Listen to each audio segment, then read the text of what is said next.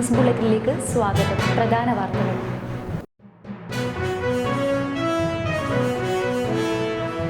കിണറുകളിൽ ആവശ്യത്തിന് വെള്ളമുണ്ടായിട്ടും കുടിവെള്ളം വില കൊടുത്തു വാങ്ങേണ്ട ഗതികേടിലാണ് തൃശൂർ ജില്ലയിലെ ചെറുവത്തേരിയിലെ ജനങ്ങൾ.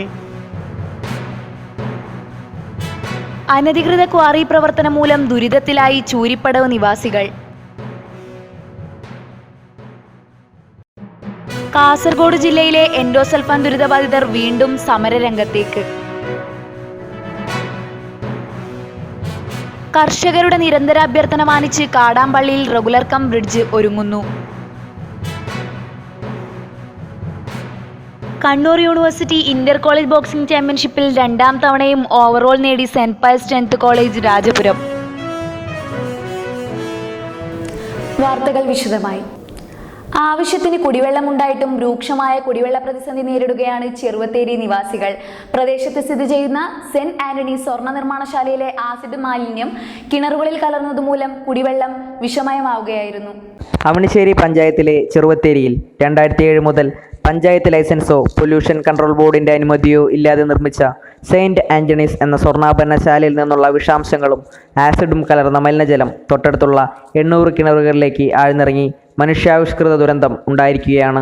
സംസ്ഥാനത്തെ regional analytical lab, pollution control board, water authority തുടങ്ങിയ മുഴുവൻ സ്ഥാപനങ്ങളും പ്രദേശത്തെ വെള്ളത്തിന് pH മൂല്യം 3നും 5നും ഇടയ്ക്കാണെന്നും ജലം ഉപയോഗശൂന്യമാണെന്നും കണ്ടെത്തുകയുണ്ടായി. സ്വർണ്ണാഭരണശാലയുടെ ഉള്ളിൽ ജലപരിശോധന നടത്തിയപ്പോൾ ഹൈക്കോടതിയുടെ നിർദ്ദേശാനുസരണം ജല സാമ്പിൾ പരിശോധിച്ച സ്ഥാപനത്തിനുള്ളിലെ കിണറിലെ ജല സാമ്പിൾ പരിശോധിച്ചപ്പോൾ അവിടെ sulphuric acid, hydrochloric acid, nitric acid എന്നിവ ഉപയോഗിക്കുന്നത് മൂലം മിനറൽ അസിഡിറ്റി കണ്ടെത്തിയതായി സംസ്ഥാന മലിനീകരണ നിയന്ത്രണ ബോർഡ് ഹൈക്കോടതിയിൽ റിപ്പോർട്ട് ചെയ്തിട്ടുള്ളതാണ്.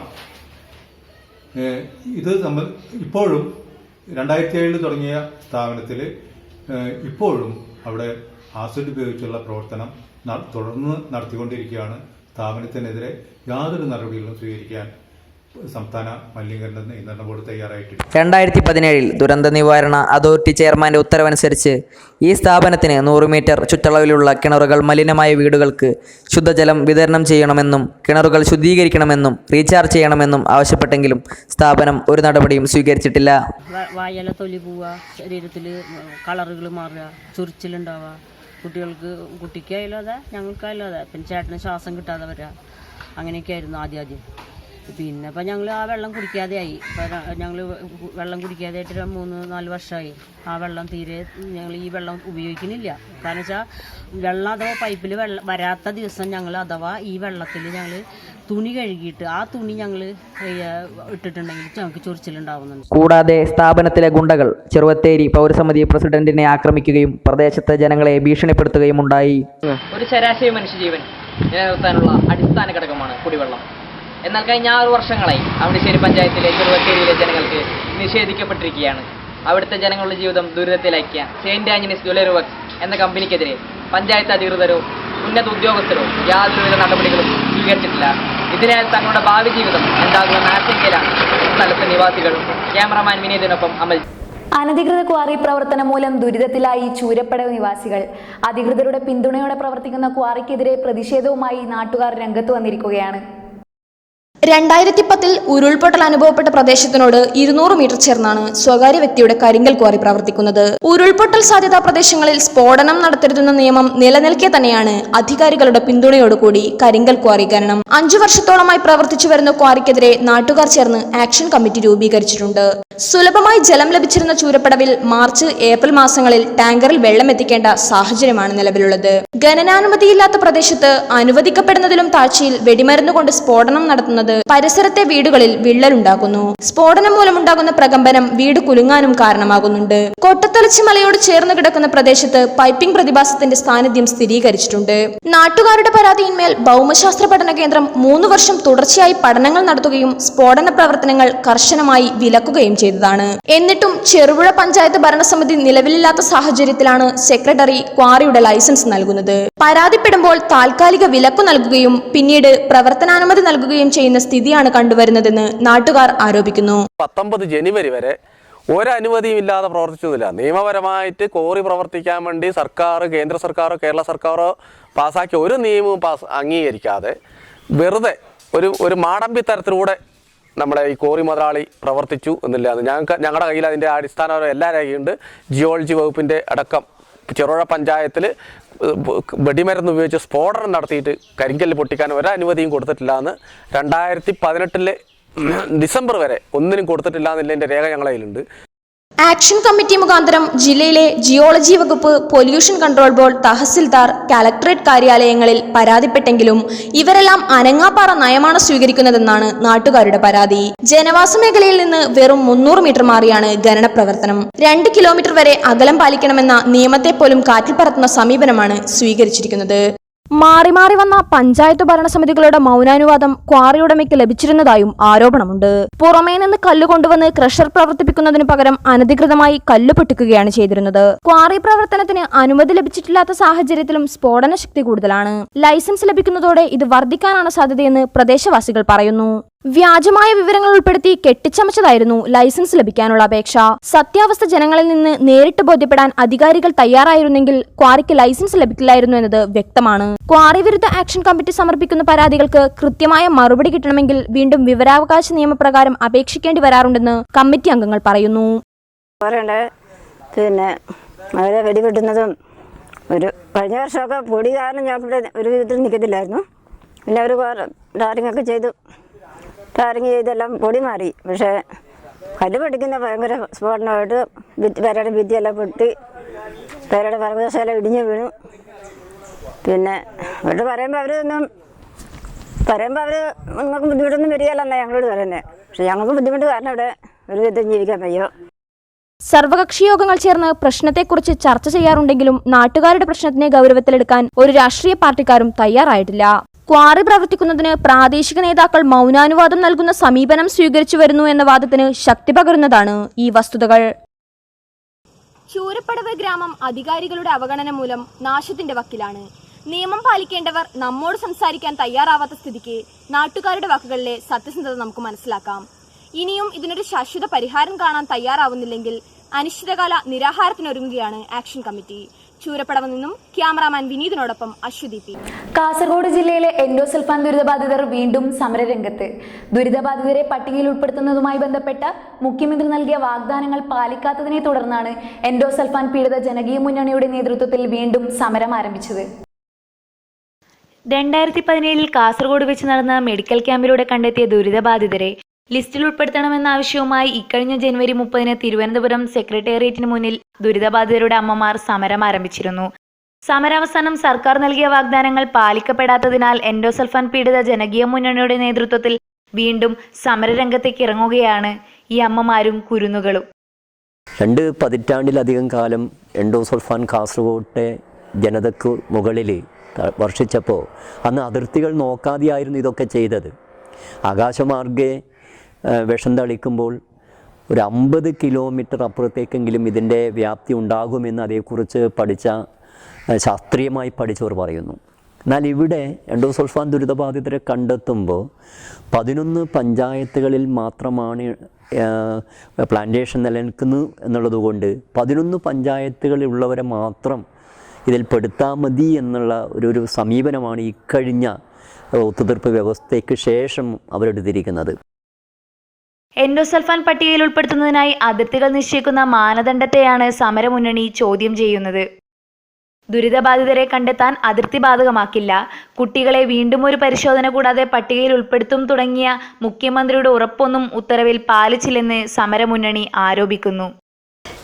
ഇവിടെ വലിയ മനുഷ്യാവകാശ ലംഘനമാണ് ഇവിടെ നടക്കുന്നത് എന്ന് മാത്രമല്ല, ഒന്ന് നടന്നെന്നല്ല, ഇത് തുടർച്ചയായിട്ട് ഇത് കഴിഞ്ഞു. അത് കഴിഞ്ഞേച്ച് ഈ വിക്ടിംസിനോട് വളരെയധികം അവഗണന, ഡിസ്ക്രിമിനേഷൻ, ഇവരെ സൈലൻ്റ് ആക്കുക, ഇങ്ങനെ കുറേ കുറ്റങ്ങൾ കണ്ടതുകൊണ്ടാണ് ഇതിൻ്റെ കൂടെ സമരം ചെയ്ത്.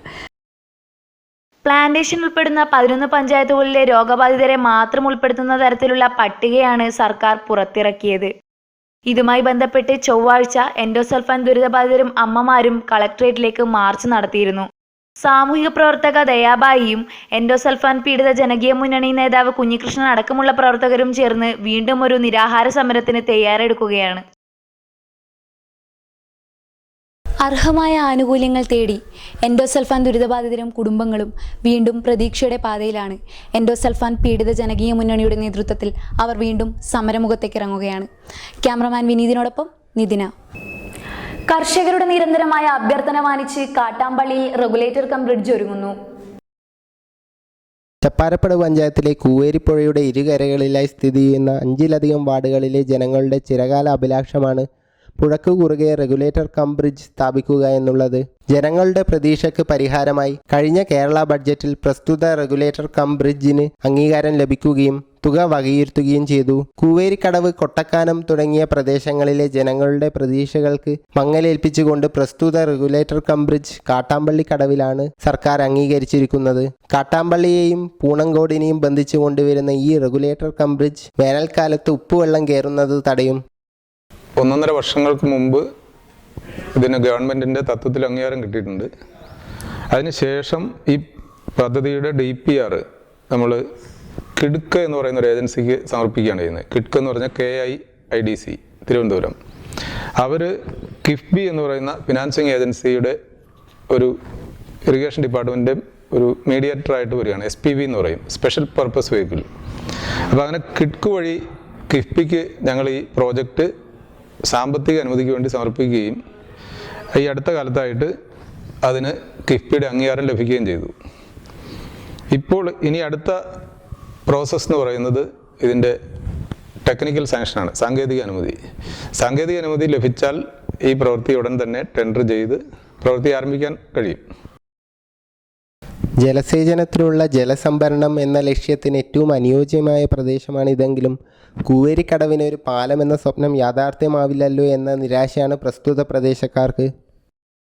കൂവേരിക്കടവിലെ ഒരു പാലത്തിൻ്റെ ആവശ്യം എത്രയോ വർഷങ്ങളായി ഈ നാട്ടിലെ ജനങ്ങൾ ഒന്നടങ്കം ആവശ്യപ്പെടുന്ന ഒരു കാര്യമാണ്. പഴയകാലത്ത് 9ഓളം ബോട്ടുകൾ സർവീസ് നടത്തി ആ 9 ബോട്ടിൻ്റെയും പഴയങ്ങാടി മുതൽ കൂവേരിക്കടവ് വരെയായിരുന്നു ആ ബോട്ട് യാത്ര നടക്കുന്ന ഭാഗം. അതിലെല്ലാ ബോട്ടുകളും രാത്രി വന്ന് ക്യാമ്പ് ചെയ്യുന്ന ഭാഗമായിരുന്നു കൂവേരിക്കടവ്. പ്രത്യേകിച്ച് മലയോര മേഖലയിലെ ചപ്പാരട് പഞ്ചായത്തിലെ ഈ പ്രദേശത്തിൻ്റെ ഒരു സെൻട്രൽ പോയിൻ്റ് എന്ന് വേണമെങ്കിൽ പറയാൻ പറ്റുന്ന ഒരു ഭാഗമാണ് കൂവേരിക്കടവ് എന്ന് പറയുന്ന ഭാഗം. വ്യാപാര ആവശ്യങ്ങൾക്കും മറ്റ് പട്ടണങ്ങളിലേക്ക് സാധാരണ ജനങ്ങൾ എല്ലാ ആവശ്യങ്ങളും നിറവേറ്റാൻ വേണ്ടി പോയിക്കൊണ്ടിരുന്നത് ഈ ബോട്ട് ജലഗതാഗതം തന്നെയായിരുന്നു. കൂവേരിക്കടവിൽ പാലം യാഥാർത്ഥ്യമായാൽ കൊട്ടക്കാനം, ആലത്തട്ട് തുടങ്ങിയ പ്രദേശങ്ങൾ മുതൽ ചെറുപുഴ വരെയുള്ളവർക്ക് തളിപ്പറമ്പിലേക്കുള്ള യാത്രാദൂരത്തിൽ ഗണ്യമായ കുറവ് വരും. ഗ്രാമീണ കാർഷിക ഉൽപ്പന്നങ്ങൾ നഗരത്തിലെ മാർക്കറ്റുകളിൽ എത്തിക്കുന്നതിന് കൂടുതൽ സൗകര്യപ്രദമാവും. കാട്ടാമ്പള്ളിയിലെ നിർദ്ദിഷ്ട റെഗുലേറ്റർ കം ബ്രിഡ്ജ് പുഴയുടെ ഇരുകരകളിലുമുള്ള ധാരാളം കർഷകർക്ക് ജലസേചനത്തിനും കിണറുകളിലെ കുടിവെള്ള വിതാനം ഉയരുന്നതിനും ഉപകരിക്കും. ഏകദേശം 6 മീറ്റർ ഉയരത്തിൽ ജലം സംരക്ഷിക്കുന്നതിനുള്ള ശേഷിയാണ് ഡാമിനുണ്ടാവുക. കൂടാതെ ജനങ്ങൾക്ക് യഥേഷ്ടം ഇരുകരകളിലേക്കും സഞ്ചരിക്കാൻ പാലവും വരുന്നതോടെ സാധിക്കും. ഏകദേശം 10 കിലോമീറ്റർ യാത്രാലാഭം ഇതുവഴി ലഭിക്കും. പാലം യാഥാർത്ഥ്യമാവുന്നതോടെ പൂവം, പന്നിയൂർ തുടങ്ങിയ മലയോര മേഖലകളിലുള്ള ജനങ്ങൾക്ക് പരിയാരം മെഡിക്കൽ കോളേജ്, മംഗലാപുരം തുടങ്ങിയ പ്രദേശങ്ങളിലേക്കുള്ള യാത്രാദൂരം ഗണ്യമായി കുറയും. കാട്ടാമ്പള്ളിയിൽ റെഗുലേറ്റർ കം ബ്രിഡ്ജ് വരുന്നതോടുകൂടി കർഷകർക്ക് ഒരു ആശ്വാസമാവുമെങ്കിലും കൂവേരിക്കാരുടെ പാലമെന്ന സ്വപ്നം ബാക്കിയാവുന്നു. ക്യാമറാമാൻ അമലിനോടൊപ്പം വിനീത്. സ്ത്രീകൾക്കും കുട്ടികൾക്കുമായുള്ള മലബാറിലെ ആദ്യ ആയുർവേദ ആശുപത്രി പരിയാരത്ത് 14.5 കോടി രൂപ ചെലവിൽ പണി കഴിപ്പിക്കുന്ന ആശുപത്രിയുടെ നിർമ്മാണം അവസാന ഘട്ടത്തിലേക്ക്. മലബാർ മേഖലയിൽ ആയുർവേദ ചികിത്സാ രംഗത്ത് മാറ്റത്തിന്റെ പുത്തൻ മാതൃക തീർക്കാനൊരുങ്ങുകയാണ് പരിയാരം. ഗവൺമെന്റ് ആയുർവേദ കോളേജിനോടനുബന്ധിച്ചാണ് സ്ത്രീകൾക്കും കുട്ടികൾക്കുമായി പ്രത്യേക ആശുപത്രി കെട്ടിട സമുച്ചയം തന്നെ ഉയരുന്നത്. സ്ത്രീകളുടെയും കുട്ടികളുടെയും ചികിത്സകൾക്ക് ആയുർവേദ മേഖലയെ അധികം ആശ്രയിക്കാത്തവരാണ് നമ്മൾ. എന്നാൽ ഈ രംഗത്തുള്ള ആയുർവേദത്തിന്റെ അനന്ത സാധ്യതകൾ തുറക്കുകയാണ് പരിയാരത്ത്. ആശുപത്രി ജൂൺ മാസത്തോടെ പ്രവർത്തനക്ഷമമാകുമെന്ന് വേണം കരുതാൻ. മാതൃജം പദ്ധതിയുടെ ഭാഗമായാണ് പദ്ധതി നടപ്പിലാക്കുന്നത്. 14.5 കോടി രൂപയിൽ സംസ്ഥാന സർക്കാർ നിർമ്മിക്കുന്ന ആശുപത്രിയുടെ നിർമ്മാണ ചുമതല PWDക്കാണ്. സ്ത്രീകളുടെ ഗർഭകാല പ്രസവാനന്തര ചികിത്സകളും ശുശ്രൂഷകളും നവജാത ശിശുക്കളുടെ ചികിത്സയും പരിചരണവും ഏറ്റവും മികച്ച ആധുനിക സൗകര്യങ്ങളോടെ ഇവിടെ ലഭ്യമാക്കുമെന്ന് പരിയാരം ഗവൺമെന്റ് ആശുപത്രി ബാലചികിത്സാ വിഭാഗം മേധാവി ഡോക്ടർ അനിൽകുമാർ MV വ്യക്തമാക്കി. വർഷത്തിൽ നമ്മൾ ആഘോഷിച്ച് അതിൻ്റെ സമാപന വേളയിൽ എത്തി നിൽക്കുമ്പോൾ വികസനത്തിൻ്റെ ഒരു പുതിയ പാതയിലേക്ക് കടന്നു പോവുകയും വികസനത്തിൻ്റെ നാൾവഴികളിൽ പുതിയൊരു നാഴികക്കല്ല് കൂടി കടന്നു പോവുകയും ചെയ്യുകയാണ് ഈ ആശുപത്രിയുടെ ഒരു ഉദ്ഘാടനത്തോടുകൂടി. അതിൻ്റെ ലേബർ റൂം, ഓപ്പറേഷൻ തിയേറ്റർ തുടങ്ങി എല്ലാ സംവിധാനങ്ങളും പ്രവർത്തന സജ്ജമാക്കാനുള്ള അവസാന യത്നത്തിലാണ് ഞങ്ങളിപ്പോൾ. മലബാറിലെ തന്നെ ആദ്യത്തെ സ്ത്രീകൾക്കും കുട്ടികൾക്കുമായുള്ള ആയുർവേദ ആശുപത്രിയെ ഏറെ പ്രതീക്ഷയോടെയാണ് ജനങ്ങൾ നോക്കിക്കാണുന്നത്. പരിയാരത്തു നിന്നും ക്യാമറമാൻ അമൽജിത്തിനോടൊപ്പം അശ്വതി. ഹരിത കേരള മിഷന്റെ ഭാഗമായി തരിശായി കിടന്ന 40 ഏക്കർ ഏറ്റെടുത്ത് കൃഷി ചെയ്ത് പാറളം പഞ്ചായത്ത്. അമൽ തയ്യാറാക്കിയ റിപ്പോർട്ടിലേക്ക്.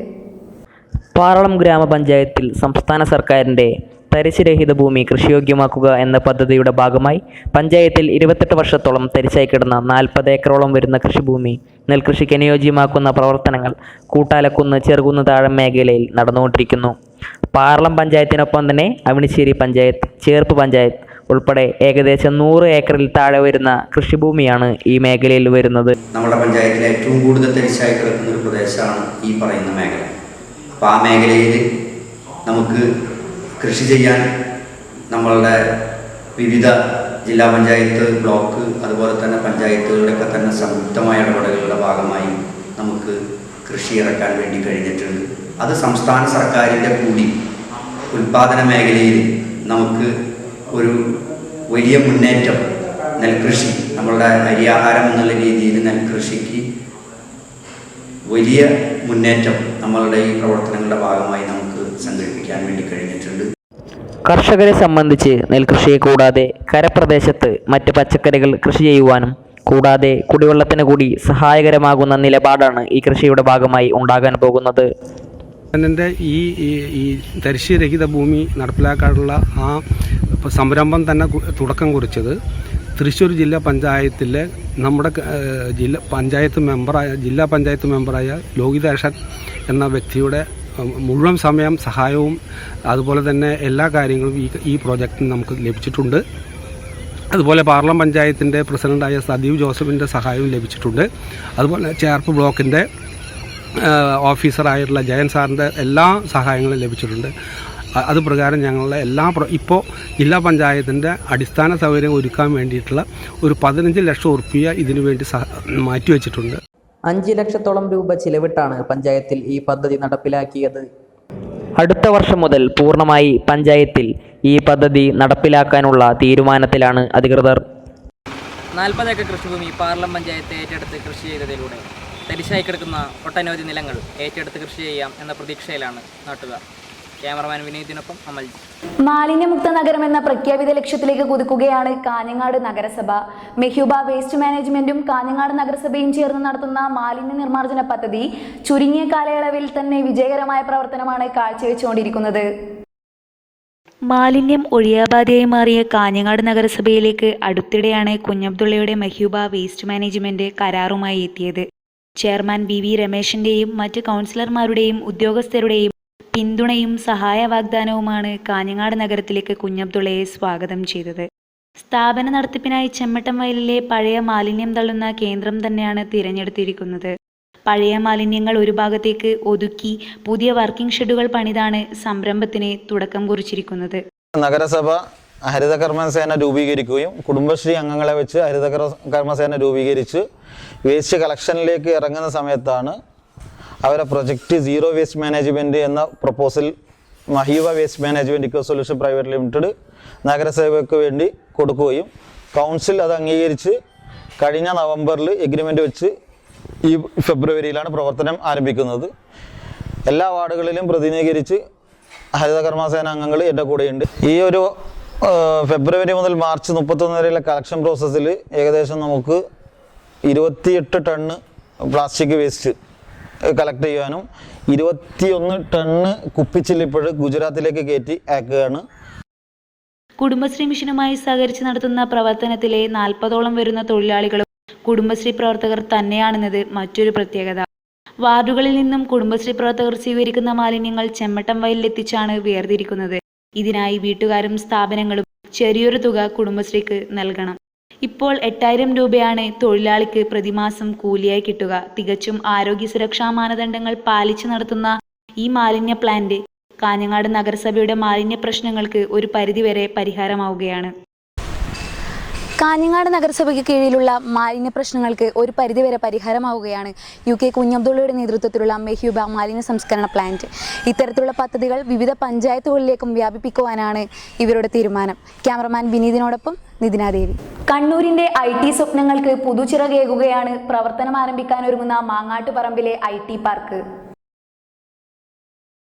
കേരള സ്റ്റാർട്ടപ്പ് മിഷൻ്റെയും Kerala clays and ceramics product ലിമിറ്റഡിൻ്റെയും നേതൃത്വത്തിൽ മാങ്ങാട്ടുപറമ്പിൽ സ്ഥിതി ചെയ്യുന്ന സ്റ്റാർട്ടപ്പ് ഇൻക്യുബേഷൻ സെൻറ്റർ പ്രവർത്തന സജ്ജമായി കഴിഞ്ഞു. സാങ്കേതിക വിദ്യയുടെ സഹായത്തോടെ മലബാറിലെ പരമ്പരാഗത വ്യവസായങ്ങളുടെ വളർച്ചയ്ക്ക് വഴിയൊരുക്കുകയും യുവ സംരംഭകരുടെ സ്റ്റാർട്ടപ്പ് ആശയങ്ങൾക്ക് അവസരമൊരുക്കുകയും പരിചയസമ്പന്നരുടെ സേവനം ലഭ്യമാക്കുകയുമാണ് സ്റ്റാർട്ടപ്പ് ഇൻക്യുബേഷൻ സെൻറ്ററിലൂടെ ലക്ഷ്യമിടുന്നത്. മലബാർ ഇന്നോവേഷൻ എൻ്റർപ്രണർഷിപ്പ് സോൺ എന്ന് പറയുന്നത് നമ്മുടെ മലബാറിലെ മെയിൻ ഓൺടർപ്രണർഷിപ്പേഴ്സിനെ കേന്ദ്രീകരിച്ചിട്ട് പ്രവർത്തിക്കാനുള്ള ഒരു സംരംഭകമാണ്.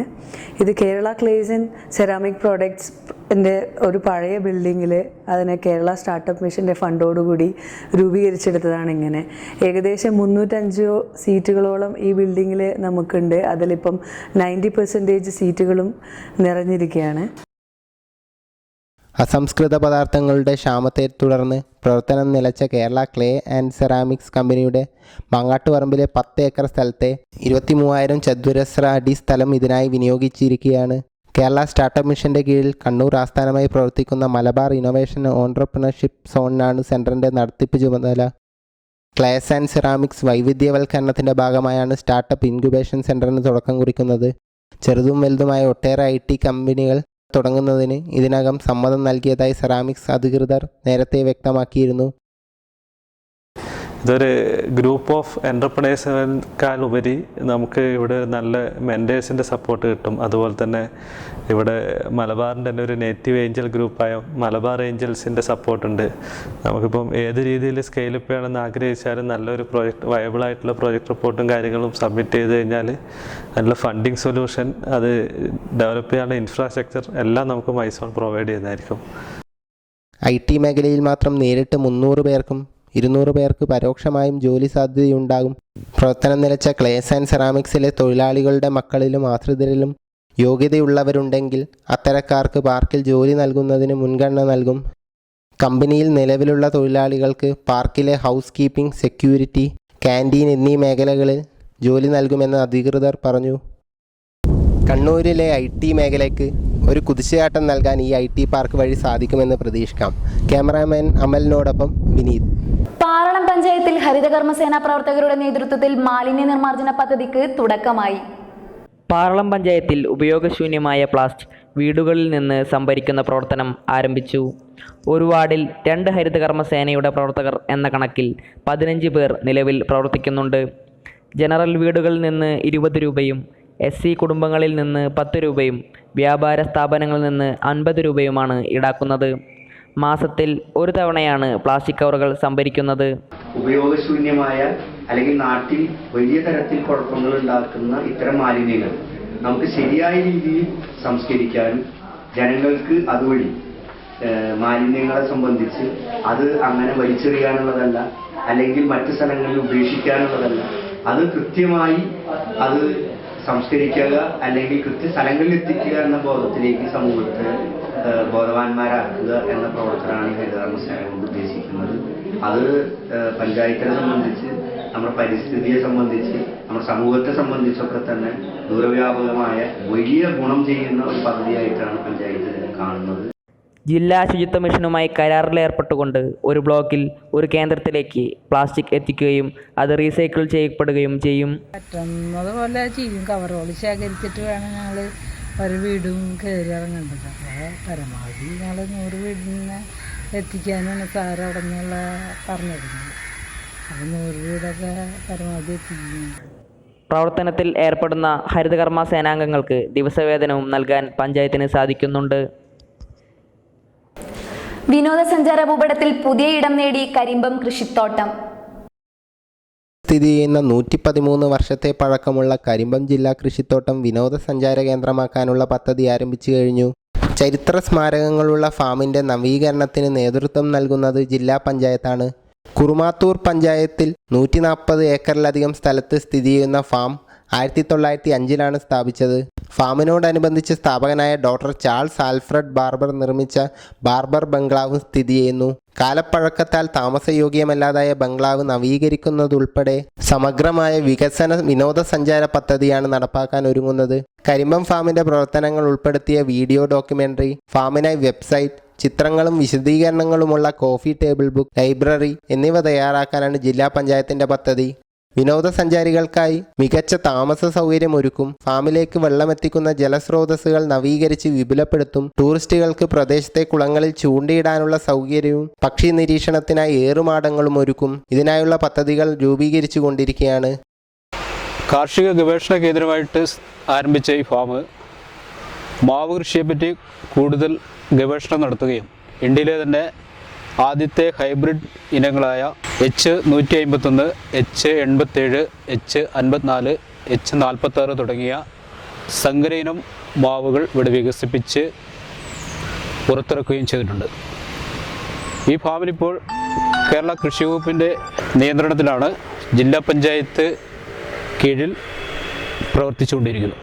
ഭക്ഷ്യക്ഷാമം തടയുന്നതിനായി 1880 ഭക്ഷ്യക്ഷാമ കമ്മീഷന്റെ നിർദ്ദേശത്തെ തുടർന്ന് സർ ചാൾസ് ആൽഫ്രഡ് ബാർബറിൻ്റെ നേതൃത്വത്തിൽ 1905 മദ്രാസ് സർക്കാരിൻ്റെ കീഴിൽ ഈ ഫാം ആരംഭിക്കുന്നത്. തുടക്കത്തിൽ കുരുമുളക് ഗവേഷണമാണ് ലക്ഷ്യം വെച്ചതെങ്കിലും പിന്നീട് പല കാർഷിക പരീക്ഷണങ്ങൾക്കും ഫാം വേദിയായി. 56 ഹെക്ടറിലായി സ്ഥിതി ചെയ്യുന്ന ജൈവ വൈവിധ്യങ്ങളുടെ കലവറയാണ് ഈ ഫാം. തെങ്ങ്, മാവ്, കാപ്പി, കൊക്കോ, ചക്ക തുടങ്ങി പലയിനം കാർഷിക വിളകളും ഇവിടെ ഉൽപ്പാദിപ്പിക്കുന്നു. ഫാമിനോട് ചേർന്നുള്ള ജൈവ വൈവിധ്യം സംരക്ഷിക്കുന്നതിനായി ഫാമിനോടനുബന്ധിച്ച് ബയോഡൈവേഴ്സിറ്റി സെൻ്ററും ഇൻഡിജിനസ് ടെക്നോളജി നോളജ് സെൻ്ററും 2005 ആരംഭിക്കുകയുണ്ടായി. 62 ഇനം മാവിൻ തൈകൾ ഉൽപ്പാദിപ്പിക്കുന്നതാണ് ഫാമിൻ്റെ മറ്റൊരു പ്രത്യേകത. കർഷകർക്ക് ആവശ്യമായ വിത്തുകൾ, തൈകൾ, മറ്റ് കാർഷിക ആവശ്യ വസ്തുക്കൾ ഫാം നൽകിപ്പോരുന്നു. കൃഷിത്തോട്ടം നവീകരിച്ച് പ്രവർത്തനം ആരംഭിക്കുന്നതോടെ തൊഴിൽ സാധ്യതകൾക്കും വഴി തുറക്കും.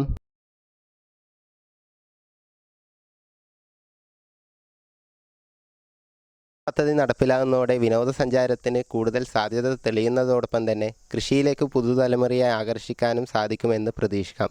ക്യാമറാമാൻ അമലിനോടൊപ്പം വിനീത്.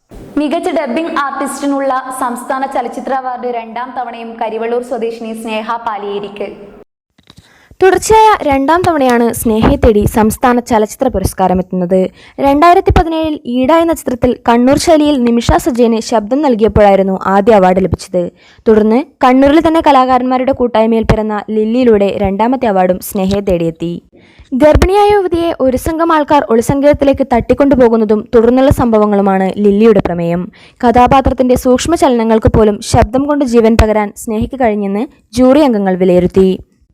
ലില്ലി എന്ന സിനിമയിൽ സംയുക്ത മേനോൻ അവതരിപ്പിച്ച ടൈറ്റിൽ കഥാപാത്രമായ ലില്ലിയാണ് സ്നേഹയുടെ ശബ്ദത്തിൽ സംസാരിച്ചത്.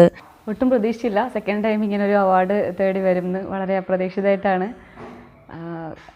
ഒട്ടും വിചാരിച്ചില്ല. ഭയങ്കര സന്തോഷമായിരുന്നു അറിഞ്ഞപ്പോൾ. എല്ലാവരും ഫാമിലി ആണെങ്കിലും നാട്ടുകാരാണെങ്കിലും എല്ലാവരും കാണാനൊക്കെ വന്നു. ഭയങ്കര സന്തോഷം. സ്കൂൾ കോളേജ് കലോത്സവങ്ങളിൽ അഭിനയ രംഗത്ത് തിളങ്ങിയാണ് സ്നേഹ ഡബ്ബിങ്ങിലേക്ക് എത്തിയത്. കഴിഞ്ഞ 7 വർഷമായി കണ്ണൂർ സർവകലാശാല കലോത്സവത്തിൽ മോണോ ആക്ടിൽ 1ാം സ്ഥാനം സ്നേഹയ്ക്കാണ്. അനേകം നാടകങ്ങളിലും അഭിനയിച്ചിട്ടുണ്ട്. ഫിസിക്സിൽ ബിരുദാനന്തര ബിരുദം പൂർത്തിയാക്കിയ സ്നേഹ ഇപ്പോൾ BEd വിദ്യാർത്ഥിനിയാണ്. കണ്ണൂർ ജില്ലയിലെ കരിവെള്ളൂർ പലിയേരിയാണ് സ്വദേശം. നാട്ടുകാരുടെയും വീട്ടുകാരുടെയും പ്രോത്സാഹനമാണ് തന്റെ അഭിനയ സ്വപ്നങ്ങൾക്ക് നിറം നൽകുന്നതെന്ന് സ്നേഹ പറയുന്നു. കായിക വാർത്തകൾ.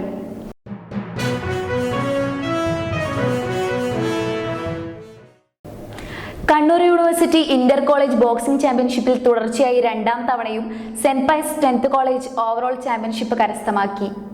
മാങ്ങാട്ടുപറമ്പ യൂണിവേഴ്സിറ്റി ക്യാമ്പസിൽ വെച്ച് നടന്ന 2018-19 വർഷത്തെ ഇന്റർ കോളേജ് ബോക്സിംഗ് ചാമ്പ്യൻഷിപ്പിനു സമാപനമായി. ചാമ്പ്യൻഷിപ്പിൽ 2ാം തവണയും saint Pius 10th college Rajapuram overall കരസ്ഥമാക്കി. തൊട്ടുപിറകെ SCS കോളേജ് ശ്രീകണ്ഠാപുരം 2ാം സ്ഥാനവും നിലനിർത്തി. 28 പോയിന്റ് നേടി ചാമ്പ്യൻഷിപ്പ് നിലനിർത്തിയ സെന്റ് പയസ് 10th കോളേജ് 3 സ്വർണവും 4 വെള്ളിയും അടക്കം 8 മെഡലുകളാണ് സ്വന്തമാക്കിയത്. യൂണിവേഴ്സിറ്റി ക്യാമ്പസിലെ ഇൻഡോർ സ്റ്റേഡിയത്തിൽ വെച്ച് നടന്ന മത്സരത്തിൽ കണ്ണൂർ യൂണിവേഴ്സിറ്റിക്ക് കീഴിലുള്ള വിവിധ കോളേജുകൾ പങ്കെടുത്തു. ചാമ്പ്യൻഷിപ്പ് വിജയികളായ സെന്റ് പയസ് 10th കോളേജ് വിദ്യാർത്ഥികൾക്ക് അധ്യാപകരും വിദ്യാർത്ഥികളും ചേർന്ന് സ്വീകരണം നൽകി. പ്രധാന വാർത്തകൾ.